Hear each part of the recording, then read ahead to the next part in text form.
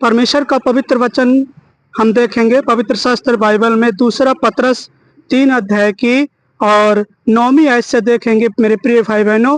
तो यहाँ पे परमेश्वर का वचन कहते हैं, मैं आप सभी के लिए पढ़ दूंगा। प्रभु अपनी प्रतिज्ञा के विषय में देर नहीं करता जैसी देर कुछ लोग समझते हैं, पर तुम्हारे विषय में धीरज धरता है और नहीं चाहता कि कोई भी नष्ट हो, वरन यह है कि सबको मन फिराव का अवसर मिले। मेरे प्रिय भाई और बहनों, परमेश्वर नहीं चाहता कि कोई भी मनुष्य नाश हो। परमेश्वर नहीं चाहता कि कोई भी मनुष्य नरक में जाए। इसलिए परमेश्वर ने प्रभु यीशु मसीह को इस संसार में भेजा। स्वयं परमेश्वर होकर मानव रूप लिया और प्रभु यीशु मसीह इस संसार में आया। वो स्वयं ईश्वर है मेरे प्रिय भाई बहनों। इसलिए यहाँ पे परमेश्वर का वचन कहता है कि प्रभु अपनी प्रतिज्ञा के विषय में देर नहीं करता।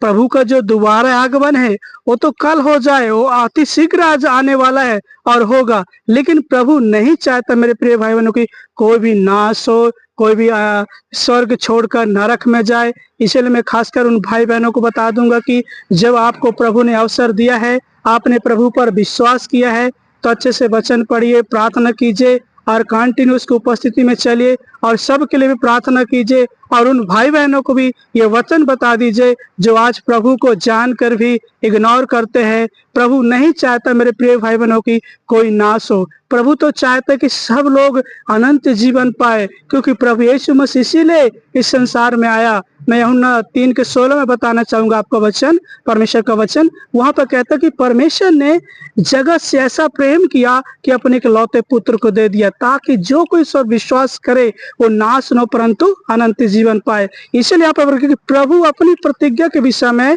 दूसरा पत्र 3:9 में आयत में कि प्रभु अपनी प्रतिज्ञा में देर नहीं करता। वो तो अति शीघ्र आ जाएगा, लेकिन प्रभु नहीं चाहता कि कोई भी नाश हो जाए, परंतु प्रभु मन फिराने के लिए है ना मौका देता है। और लिखा है कि कुछ देर जो लोग समझते कि अरे प्रभु नहीं आएगा, यूं ही लोग बोलते हैं स्वर्ग नरक।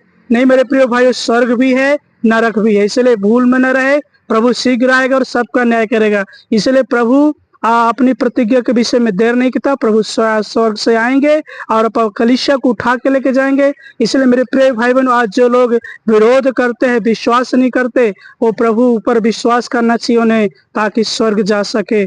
इस वचन के द्वारा प्रभु आपको आशीष दे।